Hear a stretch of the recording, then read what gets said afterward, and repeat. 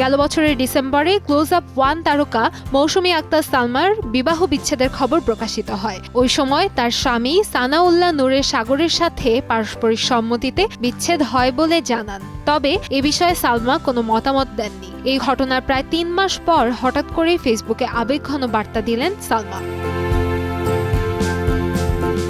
সামাজিক যোগাযোগ মাধ্যমে ব্যক্তিগত অনুভূতি ও জীবনের নানা উপলব্ধি প্রায় শেয়ার করেন কণ্ঠশিল্পী সালমা আক্তার। তার এই ফেসবুক পোস্ট ঘিরে তৈরি হয়েছে আলোচনা। সম্প্রতি দেওয়া ওই পোস্টে অর্থ, সম্পর্ক এবং মানুষের স্বার্থপরতা নিয়ে নিজের অভিজ্ঞতার কথা তুলে ধরেন তিনি। যদিও পোস্টটি কাকে উদ্দেশ্য করে লেখা সে বিষয়ে কিছুই স্পষ্ট করেননি সালমা।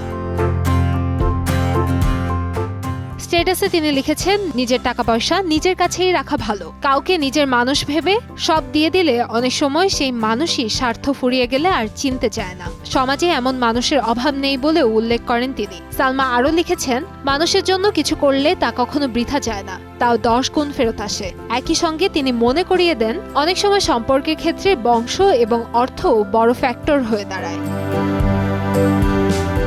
পোস্টের আরেক অংশে তিনি বলেন, পৃথিবীর সব মানুষ একরকম নয়, যেমন হাতের 5টি আঙুল সমান নয়। নিজের ছোট জীবনের অভিজ্ঞতা থেকে অনেক কিছু শিখেছেন বলে উল্লেখ করেন এই শিল্পী। প্রিয় মানুষের উদ্দেশ্যে তিনি সতর্ক করে বলেন, ভেবেচিন্তে কাজ করা উচিত, কারণ কিছু মানুষ অন্যের কাঁধে পা দিয়ে নিজের ভাগ্য বদলাতে চায়, অথচ সমাজে নিজেকে বড় কিছু হিসেবে উপস্থাপন করে।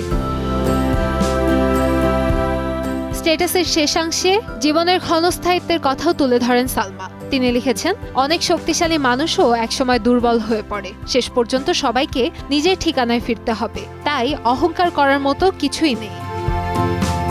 কান্তাময়ী স্নেহা, সময় সংবাদ, ঢাকা।